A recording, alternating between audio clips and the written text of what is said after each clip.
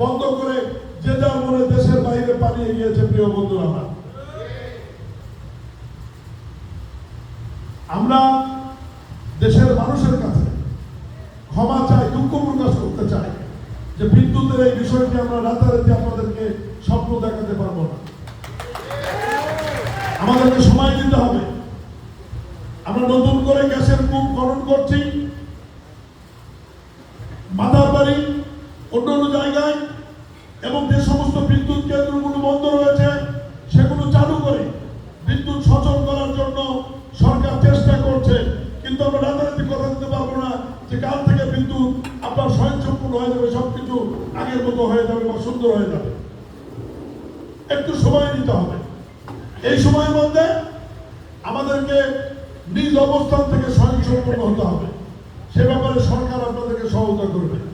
যেমন আজকে যে অডিটোরিয়াম হলে আমরা মিটিং করছি, এই অডিটোরিয়াম হলে যদি আমরা নবায়নযোগ্য বিদ্যুৎ ব্যবস্থা চালু করি, যেমন সোলার প্যানেলের মাধ্যমে যদি এই বিদ্যুৎটা আমরা এখানে গ্রহণ করি, তাহলে কিন্তু বিদ্যুতের চাপ অনেক অংশ কমে যাবে না, এবং এই বিদ্যুৎ যাওয়ারও কোনো সম্ভাবনা থাকবে না। আমরা সরকার সেই দিকে এগোচ্ছি। মাননীয় প্রধানমন্ত্রীর কার্যালয়, সচিবালয়, সরকারি দপ্তর এবং সরকার নিচের দিকে যত দপ্তর রয়েছে আমাদের স্থানীয় সরকারের সমস্ত জায়গায় পর্যায়ক্রমে আমরা সোলার প্যানেল বসিয়ে সোলার প্যানেলের মাধ্যমে যাতে দিন রাত 24 ঘন্টা বিদ্যুৎ সার্ভিস পাওয়া যায় সেই দিকে আমরা এগিয়ে যাচ্ছি ইনশাআল্লাহ।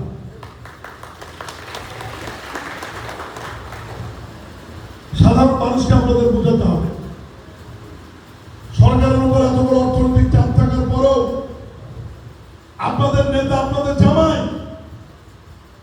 মাননীয় প্রধানমন্ত্রী জনাব তারেক রহমান নির্বাচনের সময় যে ঘোষণা দিয়েছিলেন, ফ্যামিলি কার্ড, কৃষক কার্ড, ইমাম মসজিদদের বেতন ভাতা, স্বাস্থ্য কার্ড, কর্মসংস্থান, খেলাধুলা, বৃক্ষরোপণ, নদী নালা, খাল বিল খনন, সমস্ত কর্মসূচি কিন্তু মাঠ পর্যায়ে আমরা গড়িয়েছি। এই অর্থ বছরে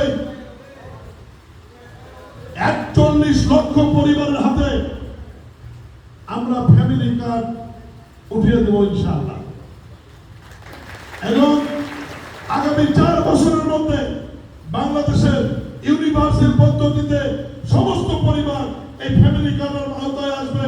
মানিক ভাইয়ের মিসেস এবং মুজিবুর রহমান চৌধুরীর মিসেসও ফ্যামিলি কার্ড পাবেন ইনশাআল্লাহ। এটার জন্য কোনো তদবির করার প্রয়োজন হবে না।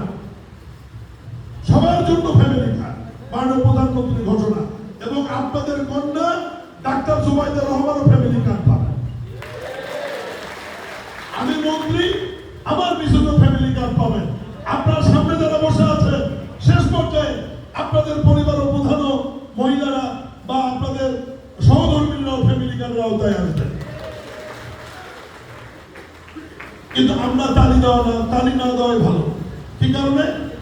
আমার মিসেস, মুজিবুর রহমান চৌধুরী মিসেস, মানিক ভাই মিসেস রাষ্ট্রের কাছ থেকে প্রত্যেক মাসে 2.5, 3,500 টাকা যদি প্রয়োজন হয় আমরা সেটা নাও নিতে পারি। সেখানে শর্ত থাকবে যে গৃহকর্ত্রী, যে মহিলা ফ্যামিলি কার্ডের টাকা রাষ্ট্রীয় কোষাগারে ফেরত দেবে, তার এনআইডি কার্ডের মধ্যে রাষ্ট্রের পক্ষ থেকে একটি স্টার মার্ক দিয়ে দেওয়া হবে যে সে তার যে অধিকার রাষ্ট্র কর্তৃক পাওনা সে পুনরায় রাষ্ট্রীয় কোষাগারে ফিরে দিয়েছে।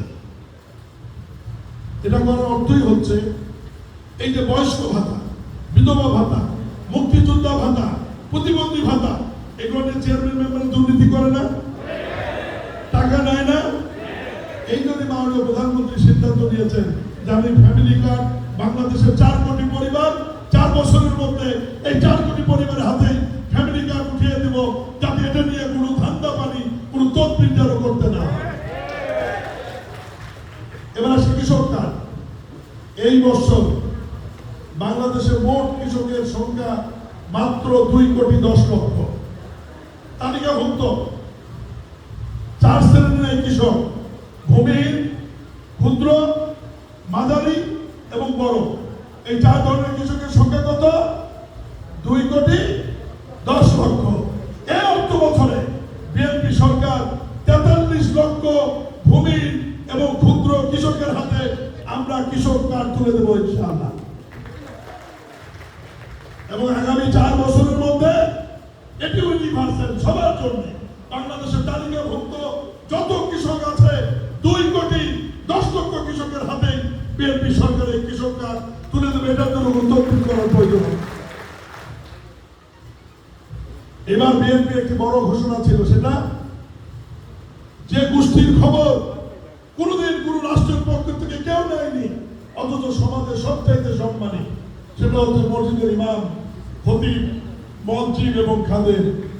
তাদের ব্যাপারে জনাব তারেক রহমান নির্বাচনের সময় ঘোষণা দিয়েছিল যে বিএনপি রাষ্ট্রীয় ক্ষমতায় যাওয়ার পর মসজিদ এবং অন্য ধর্মের যে উপাসনায় আছে তাদের প্রধানদের এই ভাতার আওতায় নিয়ে আসা হবে। তারই ধারাবাহিকতায় এই বছর বাংলাদেশের টোটাল মসজিদের সংখ্যা প্রায় 3,10,000-এর মতো, মন্দির এবং অন্য ধর্মীয় উপাসনার সংখ্যা 20-25,000-এর মতো। সব মিলে আমরা এই বছরই 55,000 মসজিদে আমরা এই ভাতার আওতায় নিয়ে আসা হবে ইনশাআল্লাহ। এবং আগামী 4 বছরের মধ্যে এই মন্দির এবং মসজিদ অন্য ধর্মের যারা আছে 3.5 লক্ষ প্রতিষ্ঠানে কি এই ধর্মীয় ব্যক্তিদেরকে ভাতার আওতায় আনা হবে। এই যে আপনার সরকারের এই যে গুরুত্বপূর্ণ কর্মসূচিগুলি যেটি মাঠ পর্যায়ে বাস্তবায়নের জন্য আমাদের মাননীয় প্রধানমন্ত্রী জনাব তারেক রহমান ঘোষণা দিয়েছিল, এবং ইতিমধ্যেই ফ্যামিলি কার্ডের জরিপ শুরু হয়েছে না, মানে জরিপের লোক নিয়োগ হয়েছে। এরপর কৃষক কার্ডের জরিপও শুরু হবে আগামী 7 থেকে 15 দিনের মধ্যে। কৃষক কার্ডের জরিপও শুরু হবে। ইতিমধ্যেই মসজিদের তালিকা প্রত্যেক ইউনিয়নের কাছ থেকে আমরা নেওয়ার চেষ্টা করেছি, প্রত্যেক ইউনিয়ন থেকে কি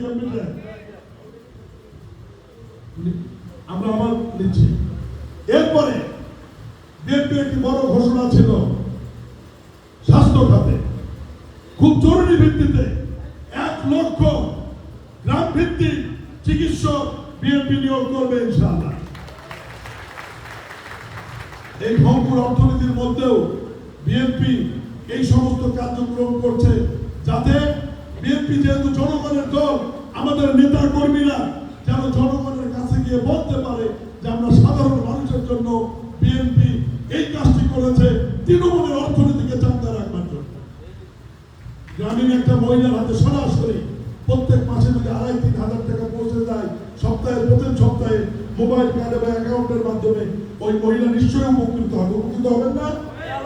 একটা কৃষক যদি বছরে 2 বার তার কার্ডের মাধ্যমে কৃষি উৎপাদনের জন্য সরকারের কাছ থেকে সরাসরি ফিরে একটি অ্যামাউন্ট পেয়ে যায়, সেই কৃষক উপকৃত হবেন না? অবশ্যই হবে। গ্রাম ভিত্তিক একটি স্বাস্থ্যকর্মী যদি গ্রামে ঘুরে ঘুরে মুরব্বীদের যদি ডায়াবেটিস পরীক্ষা করে, প্রেশার চেক করে, শিশুদের চিকিৎসা নেয়, গর্ভবতী মাদের যদি খোঁজ দেয়, মায়েদের অনেক অসুখ থাকে যেগুলো তারা সংসারে কারো কাছে প্রকাশ করতে পারে না, এগুলো যদি স্বাস্থ্যকর্মীর কাছে প্রকাশ করে চিকিৎসা নিতে পারে, দেখবেন গ্রামের অনেক মানুষকে হসপিটাল মুখী হতে হবে না ইনশাআল্লাহ। এই যে দেশের মানুষের শ্বাস প্রশ্বাসের জন্য, নিঃশ্বাস ঠিক মতো নেওয়ার গ্যারান্টি দেওয়ার জন্য বিএনপি এই বছর 5 কোটির অধিক গাছের চারা রোপণ করছে। আগামী 5 বছরে 25 কোটি বৃক্ষরোপণ করা হবে।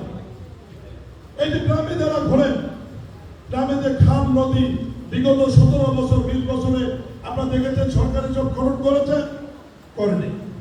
এই সমস্ত খাল খনন আবার আমরা খনন শুরু করেছি, এবং 5 বছরের মধ্যে এই সমস্ত খাল নদী খনন করে ভরপুর পানি থাকবে, মাছ থাকবে, হাঁসের চাষ হবে, খালগুলোর উপর গাছ থাকবে, এবং গ্রামের মানুষের জীবন জীবিকার চিত্র চেঞ্জ হয়ে যাবে। এখন আসি গ্রামীণ অবকাঠামো।